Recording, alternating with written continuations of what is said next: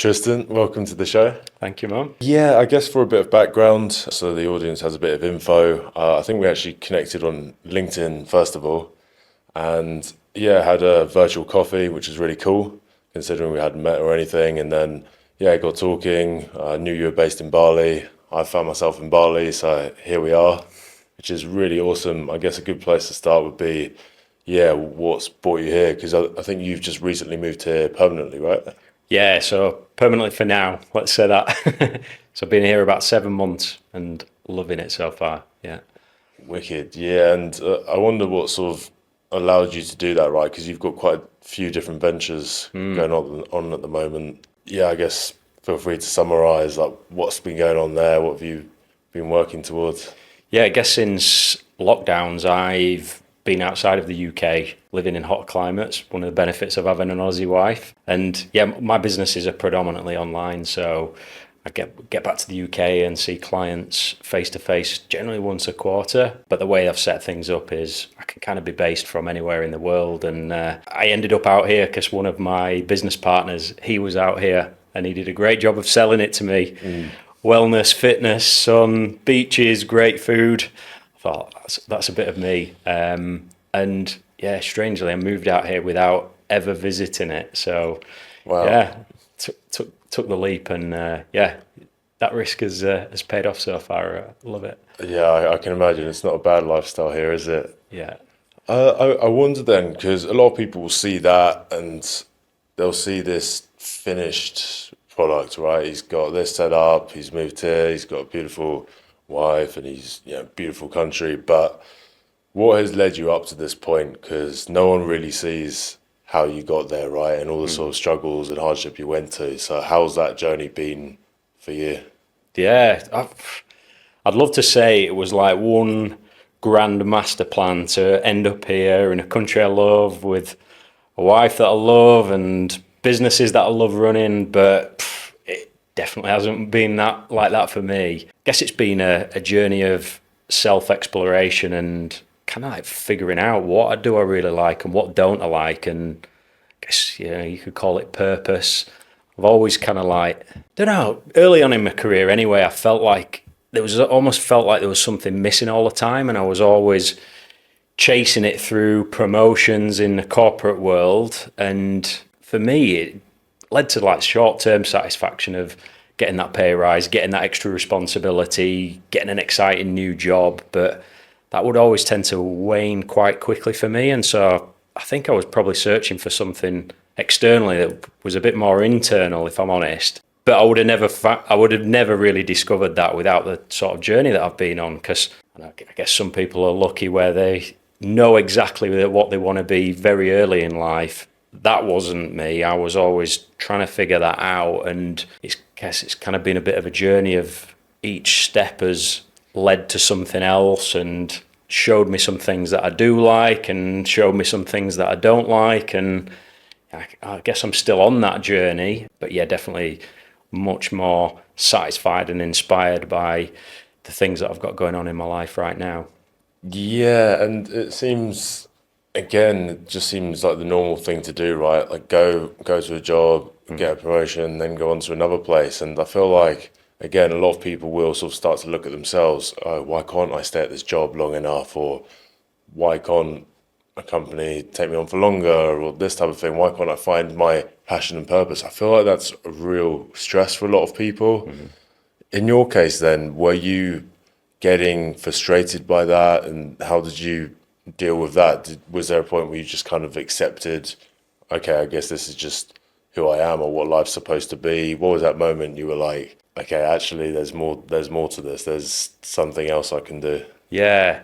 So I'd always had this entrepreneurial itch that I wanted to scratch. So from being young, I'd always had multiple jobs, tried multiple things, ran a jacket potato stand from a car park at one point, traded second-hand cars at one point whilst doing a corporate job. And I don't know, there's always something there where I wanted to be my own boss and just be kind of like the master of my own destiny, if you like, of being able to just try things and be a bit more creative. Because I'd ended up in the world of finance and like, I'm really grateful for that career, learned loads of stuff, but did feel that it was stifling some kind of creativity inside me. And so I'd always had this desire to go start something, but had zero idea what I would do. So that was kind of always at the back of my mind. And I was like 15 years into a finance career when I finally decided to take the plunge and start something myself. And I guess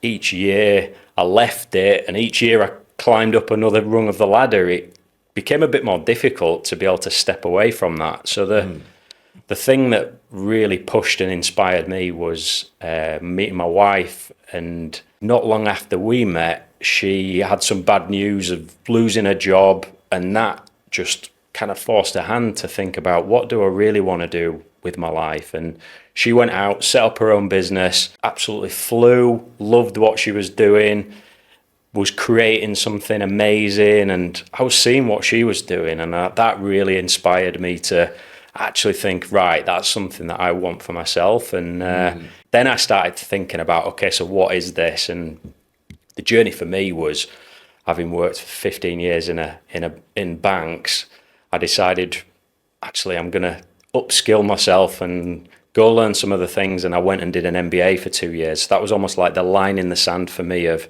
when I finish this, I'm going to go start something. I had no idea what that was going to be. But I almost made a promise to myself that if I'm going to try it, like, now's the time to do it, before we've got a family, before I've got extra responsibilities. I was like, right, I'm going to go do something. Yeah, I love that because, again, you hear this all the time. You're a product of your environment, and yeah, you had obviously your girlfriend at the time, but what an inspiration she was to just be there, and then seeing that, having that positive influence. That's why I always think it's so important. Obviously, our friends as well, but our partner as well. It could just really, and that's why I would always question, like, if you're just seeing good stuff all the time and surround yourself by positive people. I know some people, when they're looking for roommates, for example, they'll only seek out people who, like, there'll always be an interview not based off their, obviously there will be stuff in their character to do with it, but their main thing is, right, are they purpose driven? Are they a professional? Have they got this mindset? And then that way you just keep on bringing each other up, which is really interesting. And it's also interesting how it's, the loss of the job as well, that suddenly wakes people up. For a lot of people, it was COVID as well, right? It's like, so once you're out of that routine or that bubble, it's like, okay, bubble's been burst. Oh shit, what am I going to do with my time now? And it's funny, I wonder how people can, I don't like to say wake up, because I'm sure some people actually do enjoy what they're doing, but I do wonder how people can get that moment without having to rely on the universe. Do you reckon it's a case of, what can people do to sort of find out or wake up, do you think? Yeah, I mean, I can talk from my experience of what works for me. So, I mean, you definitely don't need to do an MBA if you want to go start a business. There's much cheaper ways of doing that. But it was useful headspace for me to be doing that on an evening, and that be sort of specific time where I'm thinking about, okay, so what is this going to look like? And then a couple of other things that worked for me was a framework called Ikigai, which is designed to kind of help you figure out what your purpose is. That was quite useful for me as a framework to kind of channel my thinking into this of what could this be. And then a bit of a left field one that worked for me was, as you know, I'm into breath work. At this point, when I was going through this sort of period of trying to figure out what am I going to do, again, my wife, such an inspiration for me, she booked me a breathwork session with this coach, and I had no idea what this experience was going to be like. But basically, we went through this very deep breathwork, breathing in a certain way for 90 minutes. And this type of breath work, you change the carbon dioxide level in your body. And when you do that, you can start to slow down the thinking in your prefrontal cortex. And what you're left with deeper insights and wisdom from your more prehistoric limbic brain, which, so you're kind of like delving into your subconscious. So my experience through that first breath work was kind of like almost a bit of a psychedelic experience, where started getting all these visions and insights, and it was almost like, felt like all the jigsaw pieces of what my plan were going to be started to assemble and make sense, Wow. which was crazy, powerful and really useful at that time. And from that session, quite a few of the ideas for my first business came from that. So that was almost like getting out of my own head and getting out of my own way and taking a bit of the logic out of it and coming back to a bit more of the emotions of actually, what do I enjoy doing? What am I good at? Where are my skills best placed to help people? Kind of the path started to becoming a bit clearer. Okay. So yeah, it's quite an interesting experience. Yeah, well, the breathwork stuff is intriguing because I feel like a lot of people will listen to breathwork and they'll think, okay, just what makes you happier or something. That would be, I think, most people's reaction. But how you mentioned as well, you're getting these not visuals, but you kind of saw how your career path or life could sort of map out in your mind. Like, what does that process even look like? How long does that last? Because in my mind, I'm thinking, okay, I do Wim Hof every morning, which is awesome, really Yeah. sets the tone for the day, and I feel great after. I'm not sure it lasts the whole day, but yeah, how long does that sort of process go on for? And I think it's also, it would be cool if you shared like the different types of breath work, because I'm sure there's different frameworks, right? Yeah, for sure. I would describe it that so breath works a little bit like fitness. So loads of different types of fitness. So you've got bodybuilding, powerlifting, high rocks, marathon running, loads of different types. And strangely, it's kind of similar with breath work. So you've got everything from very functional breathwork techniques, things to calm your nervous system and create relaxation in your body, or speed your nervous system up and create energy, or get to sleep faster. And then you've got techniques that are a little bit longer, so things like the Wim Hof method or other techniques where you can breathe a certain way for several minutes and start to create some changes in your body. Maybe you can start to shift emotional state, that kind of thing. And then you've got longer, what I would class as more sort of transformational breath work, where you breathe in a certain way for extended periods of time, and that can take you deep within yourself, deep into your subconscious, either releasing a load of energy or sometimes emotions, or sort of almost these kind of like psychedelic experiences. And yeah, so for me, I was shown this door to breathing techniques, and yeah, I was just really drawn to it because I'm someone that's into personal development, into sort of like optimizing your health and the body, and it was almost just quite profound techniques that really resonated with me anyway. Yeah, I do wonder with that type of thing, because I feel like for a lot of people, yeah, that they wouldn't really have that interest unless they've experienced it and tried it as you have done, right? How is that process? Do you like every day? Is it like a daily thing now where you just have like a morning routine? And how has that made a difference? Because I know for me, if I don't meditate, okay, one day I might be able to get away with, but slowly I'll notice, right, I get more foggy in my brain and that type of stuff. Yeah. So depending on what I've got going on in my life, I treat these breathing techniques as part of my routine, as almost like tools in my toolkit of what do I need? What's going to optimize my state, my energy, my body, my nervous system for what I've got going on. So the minute I've got a few different projects, different businesses going on, and so there's quite a lot of stress in my life, but I don't necessarily subscribe to the overarching view that stress is negative, because stress, if you kind of learn to channel it, can be positive. It energizes us, it motivates us, it creates focus when it's controlled. So when we're able to calm the nervous system and not get into longer term chronic states of stress, a certain amount of stress, pushing ourselves out of our comfort zone can be super useful. So one of the techniques that I've been using for a while is essentially increasing my body's capacity to handle stress.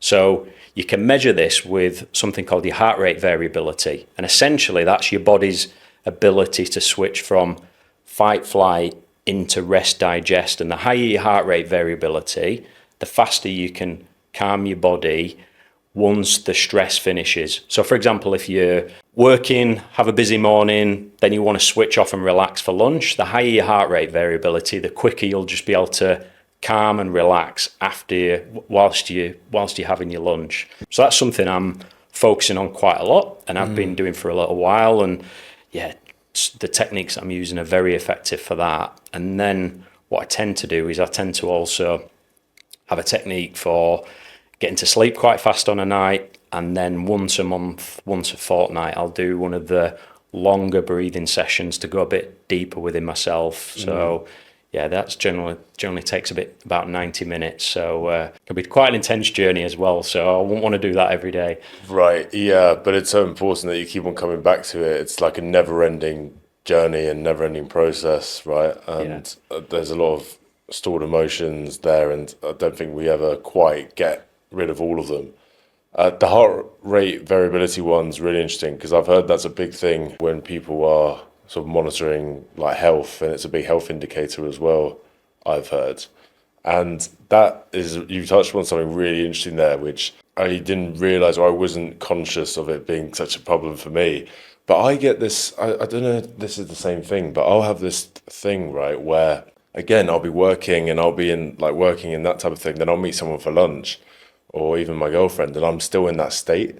And I can't, it's funny, like or I'll go for a walk, but I'm still in that state of like work mode. And I'm like, it's something I've been trying to work on, but I still haven't quite got my head around it, because it's like I've gone for a walk, I'm not thinking about work, but I still feel like I'm in work mode, and I find it really difficult to be present there. Is that the sort of thing that breathwork can help with? That's the sort of thing you're on about, right? That mode.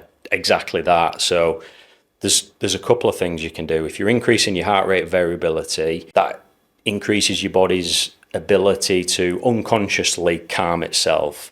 But what you can also do on top of that is you can have very quick tools in your toolkit to be able to, okay, actually, I want to shift my state now. I've been rushing around, I'm feeling a bit stressed, I'm about to record a podcast episode.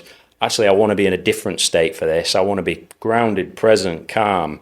What you can do is you can use these tools then to shift into a more optimized state for that when you notice that your body's just not in the state that you want.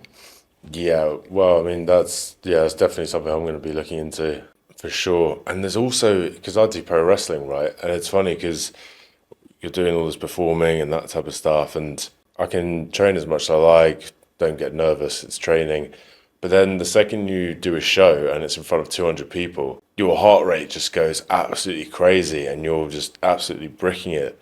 And I always thought to myself, there must be a solution to this. And then I spoke to the wrestlers. Some of them have done 300 matches, and they said, oh, that never goes away. You just get better at dealing with it. But I was thinking there must be a solution to this, because this is great. Like, this is crazy. And I guess breathwork's probably the answer. I imagine there might be some like 10-minute ones people can find on YouTube and that type of thing. But then, yeah, if there's the opportunity to go deeper, then yeah, why wouldn't you, right? Exactly, yeah. So, I mean, about 9-10 years ago, if you'd have spoken to me about breathwork, I'd have thought this is woo-woo, or it's like kind of yoga, or like, I mean, just my, perception of it was, it was a big blind spot for me. I didn't know that this whole world existed, but once you start going down this rabbit hole of like, it's basically just optimizing your body. And as you go through it, some of it does feel quite spiritual as you go deeper within yourself. But if you're kind of interested in optimizing your performance and your state, for me, one of the couple of groups of people that you can look at is like, what are the top execs or CEOs in the world? What are they doing? And also, what are the top athletes in the world doing? And a lot of the top athletes in the world now, they're using things like breathwork and visualization before they go into games, before they go into matches, to optimize their state. Because if you watch a boxing match in the changing rooms, they go through a very specific routine, and a lot of them, part of their routine is to calm themselves and optimize their state. Because if you're like fired up in the changing rooms and doing 12 rounds in your body and in your head before you go out, you're exerting and wasting a lot of energy. Where a lot of them, they'll get warm, they'll get loose, but then they'll also go within, start to calm their nervous system, conserve that energy, get themselves into a very specific calm state, and then also then use visualization to almost see how the fight's going to pan out and pre-program your mind and your nervous system for how you want this to what you want the result to be. And you see people like Cristiano Ronaldo, before he takes a free kick, he does the same similar kind of thing. In a few seconds, he's kind of calming himself, does a quick breathing technique, does some visualization of how he wants the free kick to go, and then you see him, and more often than not, the outcome is how he wants it to be. Yeah, it's just a game changer, to be honest. I remember when I was younger, I was a goalkeeper, and I always used to get so nervous before games. And in training, I'd be pulling off all these great saves and stuff. And often in matches, I just found it so difficult to get into that optimized state. And I studied sports science for a bit at A level, so I remember that there was like an optimum state. Sometimes, I don't know if you find this with paddle, I know you've just started. Sometimes I'll like start off, and I think my first game, I'm like kind of warming up, that type of thing. So I'm okay, haven't quite been fully aroused yet. Second game, you're getting really competitive and the adrenaline's going and you're just smashing it out of the park. And then I kind of reach a point where I get overstimulated, and my performance just ends up going back the other side again. It's again, I'd love to control that, and I'm sure that's what sports scientists do and work with elite teams and stuff. But it's something I found definitely in my game. I'm sure a lot of people are similar. Yeah. But you can kind of like bring this stuff to anything. So, if you're thinking different stages of your day, of what state do you want to be in? If you kind of like learn these techniques and just be conscious of like what's going on in your body, it can make just performing optimally a lot easier. And this stuff doesn't need to take a long time. With a bit of practice, you can do this within a few seconds. So, if you're going into a meeting and you want to be feeling confident, that could be one state change. If you're going into another meeting and you just wanting to be calm or grounded or present, or at the end of the day, if you're wanting to just wind down and feel drowsy before sleep, you can start to just have a bit of fun and play around with it as well.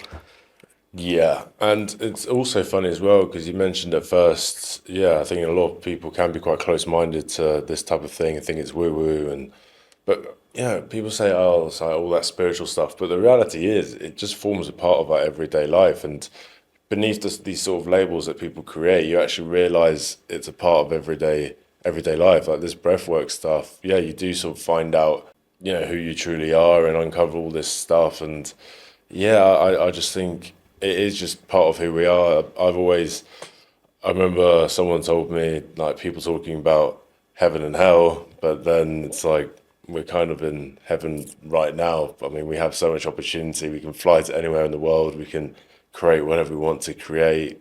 We get to form all these amazing connections. And also, it's like this whole sort of energy exchange thing, right? Like you can feel it. Everyone has like a different energy, and it's, again, when you take away that label of sort of spiritual and that type of thing for people who haven't really got into that, you actually start looking at life around you, and then you start realizing, okay, right, when you actually open your mind to it, a lot of this stuff does happen. And you mentioned the visualization as well. A lot of people saying, oh, manifestation, like what a load of bollocks. But it's like, well, actually look at the process of what's actually happening there. You're imagining something's going to happen. What do you think that's going to do to your brain, and how do you think your brain's going to react? Like, it's not just a theory, right? There is actually a process behind it all. For sure. Yeah, and the brain's like an amazing supercomputer that can be programmed and wired to help and support you with where you want to take your life, or it can be wired and programmed to keep you safe and keep you protected from, and unconsciously keep you further away from your goals. And for me, I look at a couple of things. So I look at like what's the science behind this stuff, and when it comes to visualization and breath work, there's a ton of research and science on like what's actually going on in your body and like what's the science behind it.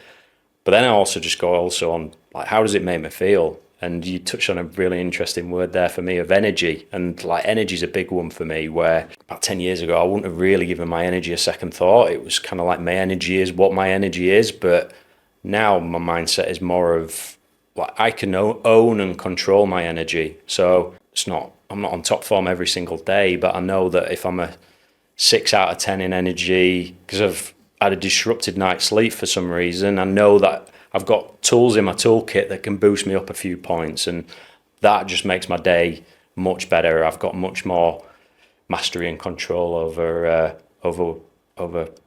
what's going to go on in my day if I can own my energy. Okay, so it's not always a case of right, let's just accept what I'm in right today. I've had a bad sleep. This is going on. A client's dropped out or whatever. Is in your instance, I guess because acceptance is a big part of everything, right? But in your instance, you're saying, oh, well, actually, I've got the tools. I can actually do something about this. It's quite proactive, I guess. Yeah, definitely. So like, there's a few things I think about. So there's switching on my nervous system and giving myself a boost. That's one way I can create energy. There's increasing my heart rate variability is more of a sort of medium term way that I can make sure I've got more energy. Sleep's obviously a big one. What I'm putting into my body in terms of nutrition and hydration is basically what am I instructing my cells to do in terms of creating energy. And if I put certain foods in, it might give me a short-term boost, but then I'm going to have a crash. Or I can fill it with more sustainable fuel that's going to fuel me throughout the day. And then also the other big one, if I've got the stuff right in my body, is then the mindset stuff of like, what am I thinking about and where are my thoughts going to? Because then that does also have a big impact on energy as well. But I find it's easier and more effective to use the mindset stuff when my body's in a good place, because it's almost like building a house on solid foundations. Whereas if I'm completely stressed out, I'm not sleeping, I'm not exercising, I'm eating trash, to then start using mindset tools is not as powerful. Whereas, if my body's in a good place and then I'm thinking about, okay, so asking myself good questions, thinking about what am I doing today? Why am I doing it? Why am I inspired about this? How aligned is what I'm going to do today to my whys and my longer term goals and visions? That can then create just an internal fuel to be excited about what I'm going to do for the day. And Yeah, I wonder, because you've mentioned there quite a few things, but I think the important one is just being an observer of all your thoughts. I think that's where the game really changes, because I feel like, yeah, I wonder, I don't think that's a natural process, because we become so attached to our thoughts, and it's like, oh, okay, right, this person's done this and this has happened. But then when you become an observer and you acknowledge when you're feeling a certain way, I think that's when the game changes, because now suddenly you're not pointing the blame at everyone else, you're looking at yourself, and then you start questioning why you're feeling a certain way. And I feel like that is really where the magic happens, right? I feel like a lot of people have sort of neglected that. 100%, yeah. And if I can take ownership of my energy, if I can take ownership of my emotions, if I can take ownership of my thoughts, and not saying any of these things are necessarily easy, but if I can do that, then it puts the ball back in my court of what's going on. And if I've got tools that can help me with these things, and particularly the thoughts is a constant work in progress of reflection, introspection of what am I thinking, how am I thinking about things, and yeah, just trying to spend as little time as I can about worrying and complaining about what other people are doing, and making some conscious choices, and yeah, just trying to point this supercomputer into directions that are going to be more helpful for me than getting wrapped up in stories and drama. And I guess it's something that you practice over time. Like, you can't suddenly become fucking Zen overnight, right? But Yeah. it's, I guess for you, has it just been, yeah, practicing this sort of stuff daily, and then that's how you eventually get stronger, just a classic sort of compounding effect, if you like? Yeah, a few things, I mentioned personal development, so like reading books about this stuff has been super helpful for me. Yeah, practicing and just trying different tools, almost with like a bit of a experimental mindset of like what resonates for me, because what resonates for me might not resonate for you, and so just almost like playing around and seeing what works for me. And then the other one, big one for me, is you mentioned before about like who you surround yourself with. So like spending more time with people that are going to help support me in having thinking and emotions that are going to be helpful for where I'm wanting to go in life. And that includes coaches and mentors as well of kind of guiding me along the way.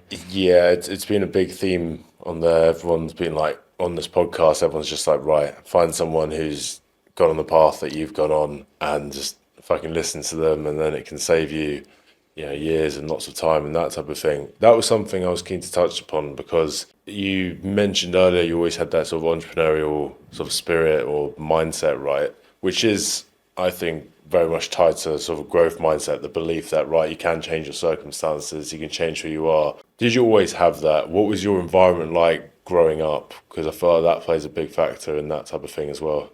It's an interesting one. So I have always been interested in that stuff. So like my favorite TV show when I was growing up was The Apprentice. I've always been interested in reading books about business, and yeah, I've always been interested in that stuff. But it was something I kind of parked for a long period of time. After starting my first business, that's also been a bit of a journey for me of understanding what type of businesses do I want to run? Like, how do I want to be spending my time? Like, who do I want to be spending my time around? What do I want to be doing? Because there's a million different ways that you can run a business, and not every type of business is the right for every person. Some people want to be a CEO and run a massive company with a massive team. But for me, that felt a bit more starting to go down that path felt a bit more like I'm going back to the corporate environment of building a structure and a team that isn't necessarily aligned to the way that I want to be spending my day, and allowing that creative flow to come out of me. So, but by the same token, 'cause I think not everything's black and white. I think being able to have processes and having systems in your business can definitely make things a lot simpler to run, and can also provide freedom as well in your business. Because one of the challenges in the early days for a lot of businesses is when you're a one-person business, you're doing everything in the business, and then that can be quite fun and exciting to start with, but quite quickly you can start to figure out, okay, so what are the parts of the business that bring me energy, that actually I enjoy, that create value for clients or audiences? And I believe that spending more time on that stuff and creating the processes and systems for other people to come in and support on the other stuff is super important. I think I have a tendency as well to just want to do everything, especially in my own journey, right? Like because it's fun and you love, especially if you've got perfectionist traits like I do. It's like you want everything to be great, but I think that's what my dad's advice was at the start.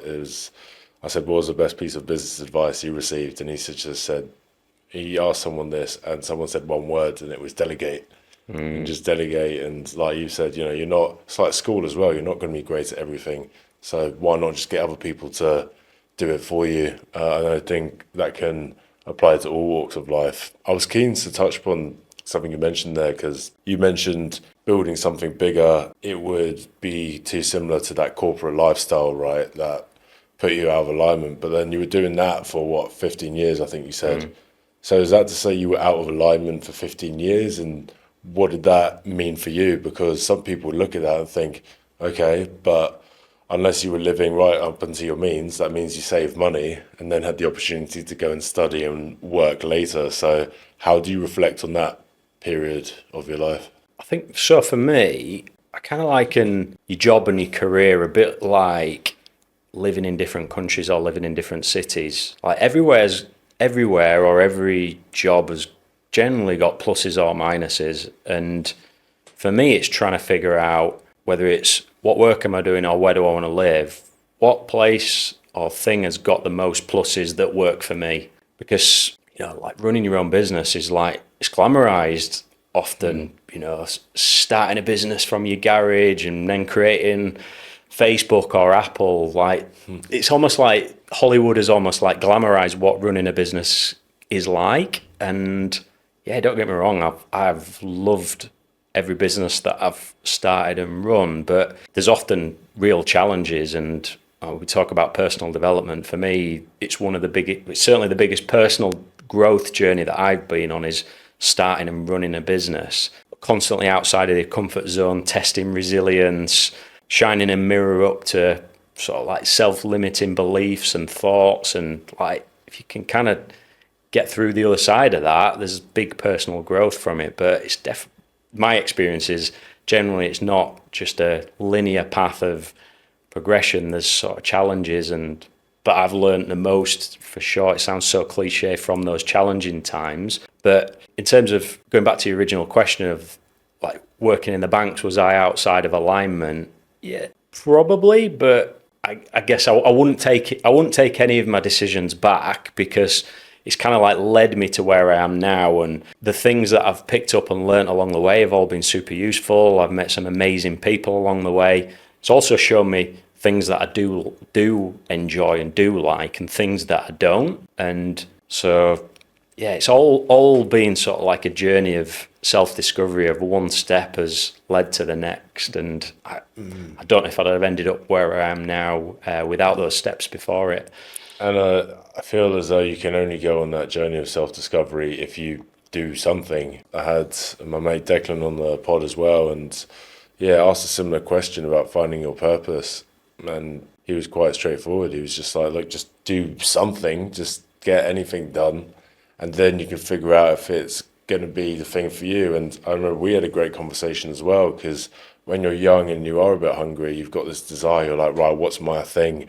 Well, what's my big eureka moment going to be? Then you were like, well, actually, you made a great point where if you don't have that thing now, great, because you've got the time and freedom to do all the other shit. And if you try and force something that's not right for you, then chances are no one's going to be receptive to it anyway if it's not the right time or hasn't come naturally. And that's, I think, a really helpful perspective for people to have. It's like, let go of that need to have your shit together now. I think that's so important.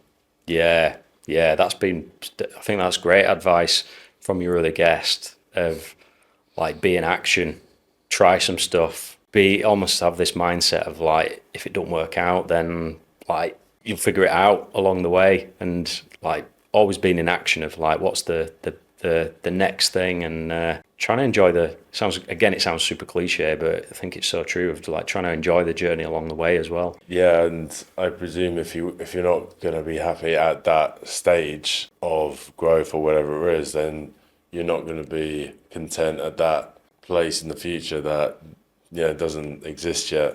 And the reality is, I think when you do sort of get there, if you like, then you're probably not going to be as content because you're relying on it for your well-being, right? Whereas I guess now would be close to sort of your sort of dream lifestyle. Correct me if I'm wrong, but it would seem that way, being in Bali and got a lovely partner and that type of thing. But I presume have you always been content, like at different stages along the journey, or is that a practice that's taken time?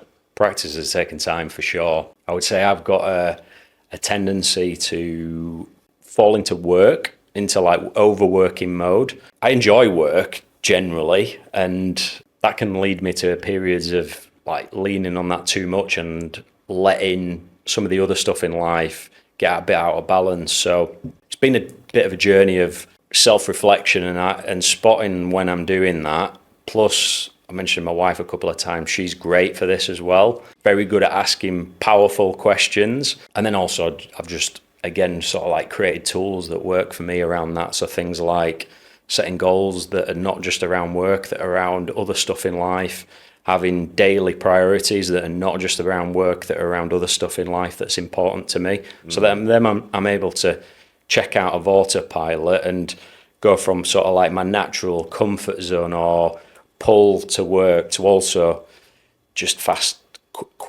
much faster, making sure I've got the other stuff in check as well. Because when I've got the other stuff in check, actually I've got more energy for the work stuff anyway, and it just stops me from going for these cycles of overworking, eventually almost edging on burnout, and then having to take a rest. And it means that it's more consistent, I would say.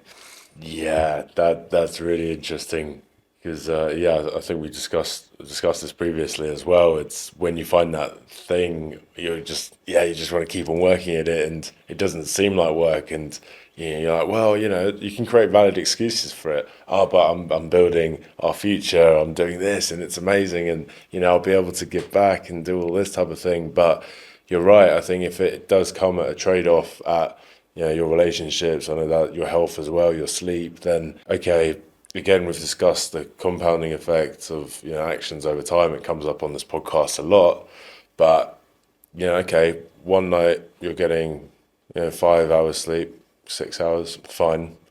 Okay, then the next night, and that one bad night's sleep, okay, it's not going to affect you. It might in the short term, it might, but in the long term, it won't. But if you're just constantly trading off your sleep for work, what's that lack of sleep going to do to you in the long term? And I guess that's a good way of looking at it, is like perhaps even rating different parts of your life. And if your work's great, but these other stuff, your social aspects aren't great, then maybe even dedicating time to that. I do wonder though, is it possible, do you think, to have that perfect balance in all those areas? Because some people might argue, especially the beginning stages or even throughout, you have to sacrifice one thing, whether it's going to be your business, your relationships, your health. What would you say on that? And have you found that you've made sacrifices at maybe different periods of your life, but it's only temporary? How have you navigated that? Yeah, I think you touched on a powerful word there for me of like the perfection. So I would often try and sort of like strive for like the perfect morning routine or like, and then what would happen is all of this stuff that's like for my energy, self-care, well-being, mindset, mental health, it would almost become like another task list of like 55 different things that I'm going to get done before 7 a.m. and I will just end up dreading it or hating it. So one of the things that I've tried to do is sort of like try and remove that perfection mindset from the stuff that I'm doing and be a bit more in flow with it, of just having a menu of things that I can go to depending on what I want to do. So if it's like I want to have a relaxed start to my day, I've got a few things on the menu that I can go to. Or if I notice that my sleep's getting a bit out of kilter, because we can have this short-term mindset of like sleep when we're dead, or like trying to take shortcuts with sleep. But whatever your values are, whether it's work, whether it's fitness, whether it's whatever in life, it's for me, sleep's the number one performance enhancer across pretty much everything. So if we can make sure that that's in check, makes everything in life much easier. So yeah, trying to remove that sort of perfectionism and trying to just have a bit more fun with it and play around. And just, another tool that I use quite regularly or every day now is journaling, and having structured journaling with structured questions that help me check out of autopilot and just see what's going on for myself in a few key areas. Helps me spot when things start to get out of alignment a lot faster. What sort of questions do you ask? So questions, it'll be things about like, where's my energy, reminding myself of my goals, reminding myself of my whys, thinking about things that I'm grateful for, because gratitude's a powerful emotion, and like almost playing a bit of a game of like every morning, every night. I used to laugh at my wife for this when we first got together. If she would want to do this every morning, every night, what 3 things are we grateful for? And just try and change it up, because you can find gratitude in the most mundane things, and it's quite a powerful emotion to be able to just actually get out of my own head a bit and actually like I might have these challenges or problems in my life, but I've got a load of stuff that I could be grateful for. And Yeah. so that almost separating and taking a step back and seeing my life almost as like an outside observer just helps me get out my own way sometimes. Yeah, I mean, well, you mentioned before the whole sort of flow idea.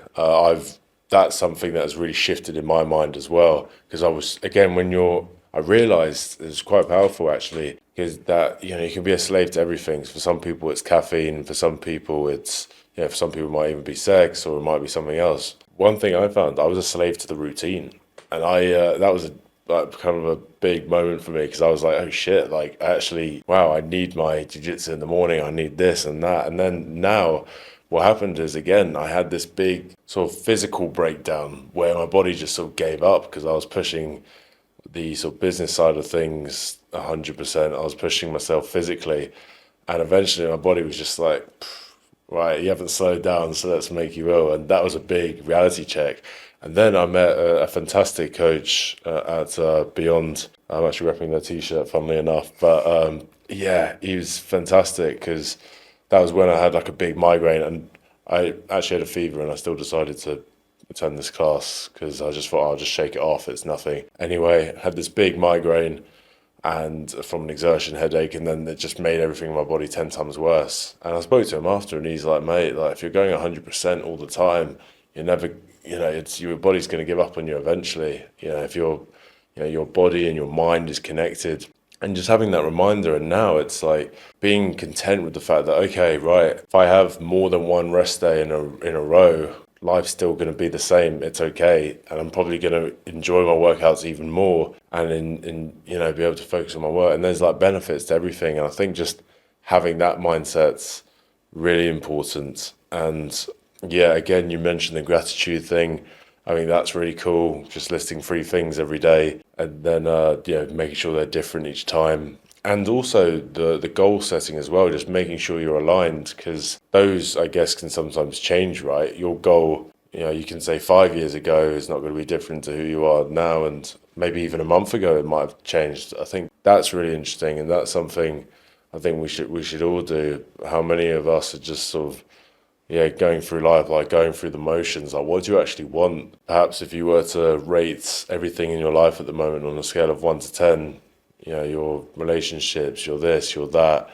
And yeah, I think just seeing which area of your lives perhaps need work, it sounds like it sort of helped you stay aligned, right? Yeah, and there are periods where things require more intensity. If you start in a business, that can be a super intense period where you can almost have the mindset of like, okay, so this is like a boxer going into boot camp, where I know that there's going to be an intense period where actually I'm just doing this consciously, and there's specific goals and steps around what I'm doing here. I'm going to do what I can in the other areas, but I'm also going to be kind to myself and give myself what I need, and then kind of checking in and reviewing how am I doing against that plan regularly is super helpful for me, because what we can do is we can almost like get our heads down, start running, and it's only in like hindsight when the wheels have all fallen off that we realise that actually some of the other stuff,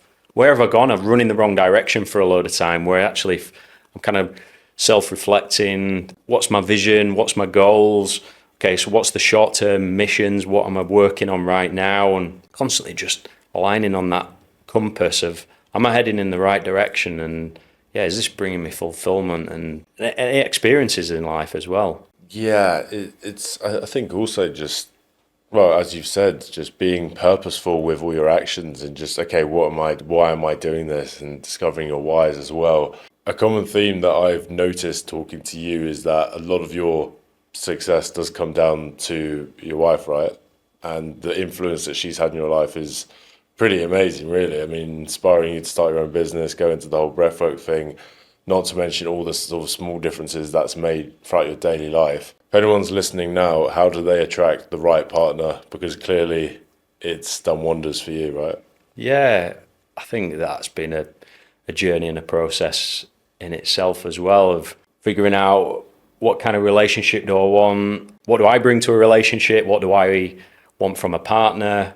And I've had some relationships in the past where things haven't necessarily worked out, but again, a bit like the careers, steps in a career of, it's a bit of like self-discovery of, and also like I'm a different person now to who I was 20 years ago as well. And maybe like if we'd have met 20 years ago, then maybe the relationship wouldn't have been the same. But so I guess answer to your question, I was doing a lot of work on myself and doing a lot of self-reflection when I met my wife Amy. So I was kind of in a good place where I didn't need a relationship. I felt like I didn't need a relationship. So I went into that relationship just with almost like this mindset of having fun. Let's see where this goes. Like, rather than sort of like the expectation of me needing something from her, or me needing someone else to sort of like make me feel complete, if that makes sense. And she was in a similar place as well, which was amazing. And so we've kind of like built this relationship, which the relationship in of itself, I think, is amazing. But we work on it. We make sure we spend enough time on nurturing that relationship. And she's an amazing person who just, I found someone which I'm grateful for, that has got my back and like adds to my life, rather than someone who is constantly challenging me in the wrong way or bringing my energy down. Or so that's super important for me. Well, there's so many important lessons there, right? Again, with the work, again with the relationships. I think that's so important for people listening. If you are going through a challenging period because a relationship's ended, or a job's not working out, or a venture's not working out, I think just zooming out and just taking inspiration from your story, like there's a reason this has happened, right? You've gone through this experience so that in the future, when a business opportunity does come up, or when the right woman comes up, you're ready for it, because you know what to look out for. You know what to look out for. You've probably avoided other situations or other people who were not quite to your liking or not right for you. I think that's super important, and there's no wasted experience there. It's all part of your journey and your time on this earth, right? But I do think, again, you've mentioned there, you've done the inner work, you've worked on yourself, and that's super important. You can't just experience this shit. You've actually got to reflect, right? I mean, that's what's made the difference in your life. It's like, okay, why has this not worked out? In your previous relationships, again, I'm sure it could have been very easy for you to go, right, this person drained my energy and this type of thing, which was probably true. But unless you start using that information to your advantage, then you're not going to be ready for when the right woman comes along, right? 100%. Yeah, for sure. I think the thing for me was not being in a relationship because I needed it, and just giving myself that space to like figure out who am I. And yeah, I'd say I'm still on that journey of like peeling the layers of the onion back and figuring out what do I want in life. But one of the things that I found that's really important for me, and what's important for me in a partner as well, is this desire to grow, desire to learn. And like, I've definitely got that with Amy. She wants that for herself, and she wants that for me, and she wants that for the relationship, and I feel the same way as well. So it's not like we're pulling in different directions where one of us wants to stay in the same place. So yeah, having those aligned values, I think, is important. Super important. And again, it's coming back, it's kind of like an ego thing, right? The ego just wants the easiest way possible. So I feel like, from what I've learnt from other people, what happens is, as soon as you notice something's off in the relationship, people run away, which is fair enough. Okay, that's just what your natural reaction would be. But I think just taking the time and getting that sort of delayed gratification, and actually thinking, okay, I actually want to become a better person. So am I going to stay stuck in my ways, or am I going to work through this? And of course, there are going to be some times where, this is just not the right person for you. But I think when you're in it with someone together and you're working towards the same goal, then not just in all types of relationships, I suppose, I think that's when the beauty happens. We touched upon earlier about, surrounding yourself with the right people, if they've also got the same goals as you. I think that's sort of the main sort of theme of today's episode. That's flown by, really. I guess, we can call it there. So much. It's been really, really interesting just seeing what sort of worked for you, and again, the different journey that you've been on, and that type of thing. The way I like to finish the podcast, it's pretty chilled. It's simply a song recommendation for the rest of the listeners. So what's your favourite tune at the moment? Favourite tune at the moment? It's not really a current one, but my favourite tune is Tonto Africa, just a classic that absolutely love that song. Yeah, it's timeless, I suppose, isn't Yeah. it? Yeah, wicked. Okay, it will be added to the Growth Voyage playlist. Awesome. And yeah, where can people find you if they want to perhaps chat a bit about breath work or just, yeah, get to know you and that type of thing? Yeah, so I'm on Instagram with Breathwork. It's at 4D Breathwork. And then I'm also on LinkedIn where I talk more about like my journey as a business owner. And I work with a group of business owners as well through one of my companies, Unbound. So yeah, just on LinkedIn under my name, Tristan Rushworth. Okay, brilliant. Yeah, we'll put all the links in the description as well. But yeah, just and again, thank you so much for coming on. Great to be here and chat with you, mate. I loved it. Awesome.